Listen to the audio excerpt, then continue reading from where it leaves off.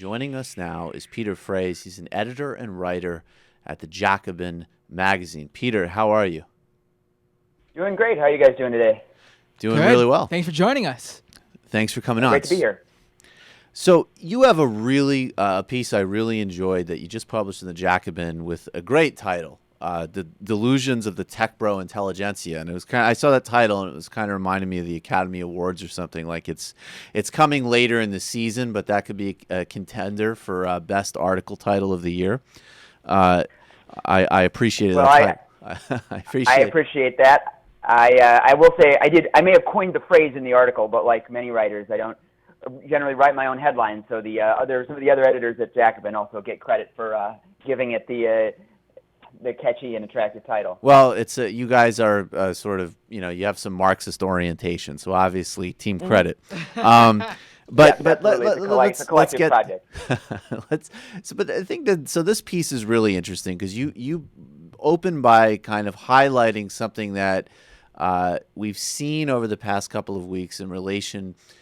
If you were following the BART strike, which is the public transit system in the Bay Area, and obviously very specifically connected to Silicon Valley, you would see a lot of comments from Silicon Valley leaders and people involved in that world very disparaging and dismissive of unions. And then on a federal level, you saw some Silicon Valley leaders say things like, oh, doesn't the shutdown, hey, the shutdown's not affecting my life, therefore it's totally irrelevant and shows you that government's irrelevant. So, this past couple of weeks has kind of been a time of sort of incredible Silicon Valley kind of navel gazing.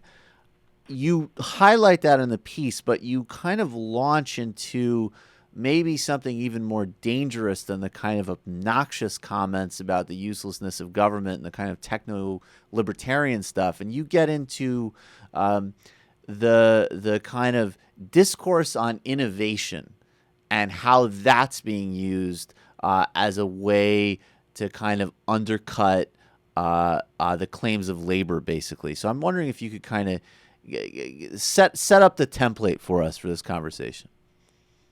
So, yeah, what I found interesting was I spent a lot of the post talking about an article that had been published in the Daily Beast from a sort of tech industry perspective that was, claiming to lay out what was the divide between Silicon Valley and, the transit workers union.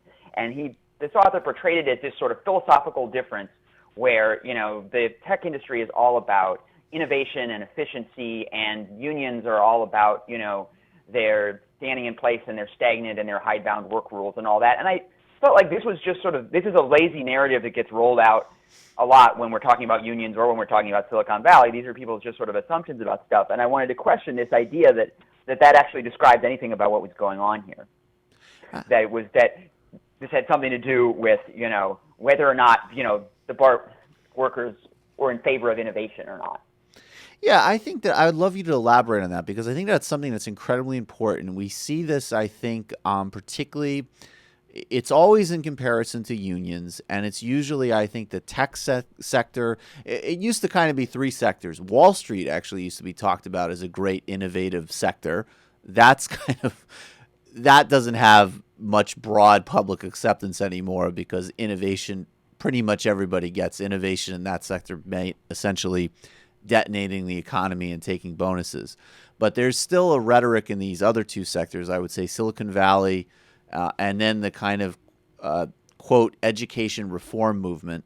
And I think it's always paired in contrast to unions as being areas of stagnation and orthodoxy and not areas of innovation and movement in their own terms. And I'm wondering, you get into the specifics about what was at stake in the BART strike.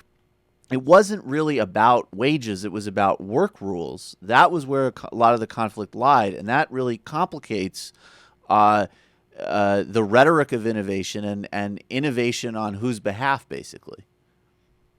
Right, and how you take into account the interests of the people, the workers, and people who are affected by technological change in the workplace. So, as you say, the main thing that was at issue toward the end, the final thing that had to get resolved, was really this debate about work rules, not about pay and benefits. which is another thing. People just sort of assume in a strike like this, well, it must be these workers are just asking for lots of money, but it really had nothing to do with that. It was this question about work rules, and basically if management wants to change the way things are being done, the way it had been in the past is they sort of had to consult with the union on that before they could do it. And so then, of course, this debate comes down to, what is this really about? What is it that management really wants? Management, of course, says that this is all just about, trying to make the trains run better and faster. And so they all portray it as though the union is just sort of being ridiculous and, doesn't want to allow them to send pay stubs by email or something like that. Well, whereas the union pointed out that there are good reasons to have these rules in place, and that often what management wants to do has nothing really to do with efficiency per se, but it has to do with giving managers more control over workers, meaning giving them, for example, the ability to retaliate against workers by, reassigning them at the last minute, giving them the ability to change people's schedules at the last minute. And that's the sort of thing that the union was pushing back against. And they point out in one of the press releases that the SEIU 1021, one of the two main BART locals, posted on its website, they pointed out that their, ridership has gone way up for BART. They are, moving more riders than ever with fewer frontline workers, and that, management themselves admitted during the negotiations that this was an extremely productive workforce. And that just ultimately was not the issue. The issue was how, in the process of making the trains run better and faster, do we make sure that the workers themselves are not being degraded and not being left behind. Well, and you added to that, I would say, you said not only to make sure that the workers are not being degraded, and I think that's such a great distinction right there. You said that the frame for management is, workers just don't want to have pay stubs sent over email. Workers are saying, no, we don't want to have our schedules changed at the last minute. We don't want to be punished for highlighting a problem in the organization or something like that. You also made the point that another factor is safety. The union was actually was also highlighting concerns about protecting public safety in this as well. Yeah, and in in a kind of a tragic way, the union's position got highlighted because of the two workers who got killed during the strike when a manager was running a train and hit two people who were working on the track. Yeah. So it's like, the idea that, what the union is looking out here for is, it's protecting their own members and protecting the public by making sure that trains running more efficiently doesn't mean running less safely. Yeah, and there's so much wrapped up in that, and I think it's fascinating because it's it's pushing back against all of these assumptions. It's saying, one of the kind of assumption that you hear in the kind of Silicon Valley speak is, that innovation and change and creativity in the workforce only really comes from a certain type of hyper-educated, upper scale worker, and that everything else is it's either like ancient industrial history, or maybe it's kind of like, downscale service worker. And I think one of the things that I found interesting about your article that is coming through is you're saying, from a left perspective, or from a pro a pro worker perspective, let's not give up the idea of innovation. Let's say that the BART workers were talking about innovating. They were talking about innovating as a way of protecting their jobs and increasing public safety. That's innovation too. Right. And I think that really what it comes down to is, one of the things that I do think is a sort of a parochial kind of cultural view that a lot of these tech industry people have, is that they like to go on about how good kind of disruption and uncertainty and like fluidity are, and this being sort of the key to, to improving our material wealth, to, improving technology, to all these things. But it's coming from the perspective of people for whom living in a constant, whirlwind of fluctuating labor relationships just doesn't have the same consequences that it does for a transit worker. Of course. So one of the things that I talk about in the article is that, for a lot of these guys who are ranting about the workers, for them, losing your job means, moving on to another startup or retiring with your stock options or whatever. It doesn't mean, ending up homeless or ending up unemployed for a year. And so it's not, again, it becomes a question not of whether we innovate, but of how we take into account and compensate and take care of the people who inevitably lose out from change.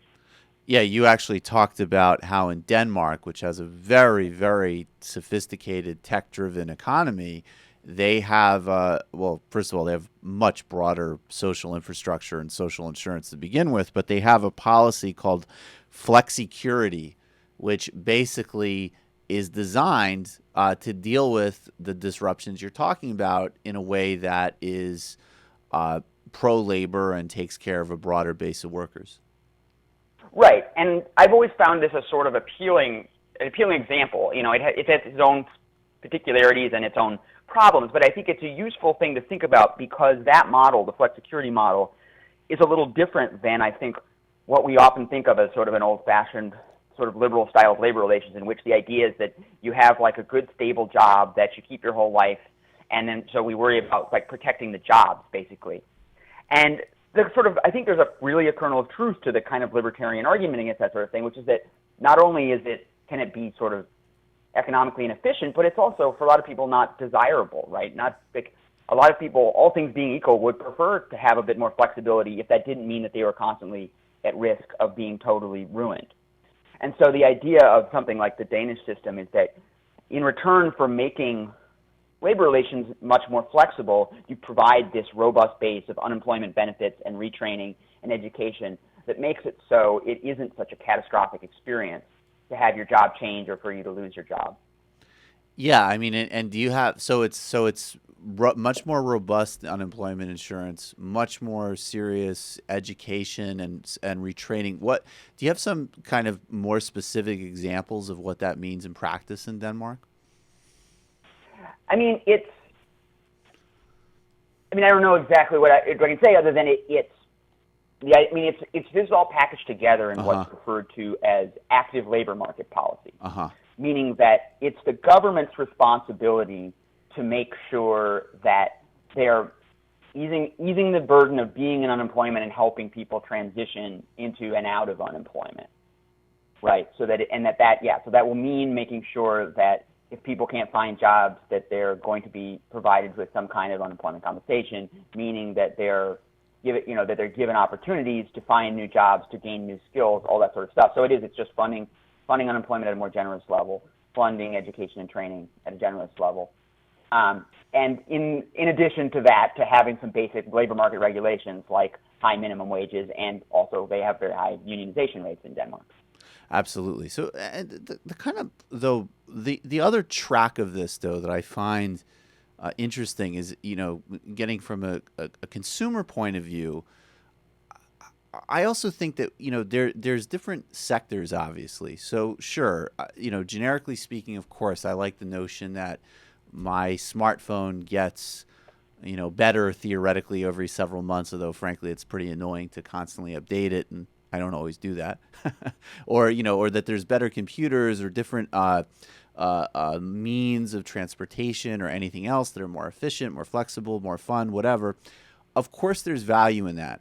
But, you know, I also think of other areas in terms of public goods and delivery where obviously I'd like to see improvements, like in the subway system or in the BART system or something like that. More safety, more efficiency, maybe more maybe more space in the train as an example. But I think that in these areas, like the kind of cult of disruption also just doesn't apply. Like I don't, you know, there's certain areas, I guess what I'm trying to say is like, even we talk about on another end, say something like Social Security, and obviously investing Social Security in Wall Street is a disastrous idea in and of itself. But even if you designed a system where it wasn't just a complete like fraud and defunding of Wall Street of people's Social Security, even if you designed a system where it was like another thing that you needed to worry about and keep track of, and maybe there was an upside, maybe there was a downside. What about the areas in our lives where, because we deal with so much complexity, because we have so many responsibilities, we just want certain things, even as consumers, that just be solid, reliable baselines that aren't constantly subjected to this, like, well, what if we tinker with that? What if we did, the world isn't an app, I guess is my kind of is what I'm sort of trying to get to. And I'm wondering, what about that kind of aspect of it? I mean, there certainly is that aspect to it. I mean, I guess the way that I would look at it is in terms of what is the problem you're really trying to solve. Mm-hmm. Because, I mean, I do think there are cases in which there may be a trade-off between kind of stability and, positive change. And that stability is a value, as you said, is a value in and of itself. It's something that people want in their lives, and you can't just sort of say, well, if we muck around with all this stuff, then we'll get something better eventually, because you're not taking into account the effect on people's lives. But in the case of something like Social Security, the real question is, what is the problem you're trying to fix? There is no problem that is not solved by just a very simple, very predictable system. Exactly, it works making perfectly. Sure people are making sure people are not in poverty in their old age. So I think, and that's why I think when you read these kind of people that are trying to argue that there's some crisis in Social Security and that we need to do this and that and the other thing, it ends up having to be flim-flam because they have to invent a problem to solve. Right, and their problem is they don't really want a form of universal social insurance that keeps people out of poverty in old age. But that's a sort of another discussion. Matt, go ahead, man. Can we just briefly, I guess, just maybe talk about what is this tech bro mindset? I mean, I remember last BART strike, we had Sarah Lacey, who writes for the tech industry, talk about how, these tech startups work hard and they build something and they create something. And then she goes on to say, which is directly opposite to unions. This time around, we have, this Twitter global operations head make a joke about how he'd like to see a Doberman attack these BART strikers because they inconvenienced him because there was a lot more traffic on the roads than usual because the less people were taking BART. I mean, what do these tech bros and these tech entrepreneurs, do they just literally just live in this Silicon Valley bubble? Like, they say these things that are just so disconnected from what regular people, ordinary people would talk about and say. Does it just not affect them, or are they just that diluted in what they believe? Well, I think it's a little of both, right? I mean, I think it's true. Like, on some level, what we're talking about here is just rich guys behaving in the way that rich guys do. They think that they're important job creators and that they're just inherently better and more deserving than, the little people. And that may be phrased in a different way coming from Silicon Valley than it would be coming from the Koch brothers, but I don't think it's fundamentally a different mindset on that level. It's also true that there is something that I find genuinely kind of delusional, particularly among these tech people, in this belief that, we sort of talked about at the beginning about that they don't need the government, that they can, that the government shutdown is fine, that they're going to go build, seasteading platforms to go live on without government interference. And it's, particularly amusing to see this going on at the same time that they're complaining about a public transit agency being shut down. And that's where I think there's a certain amount of great point. delusion.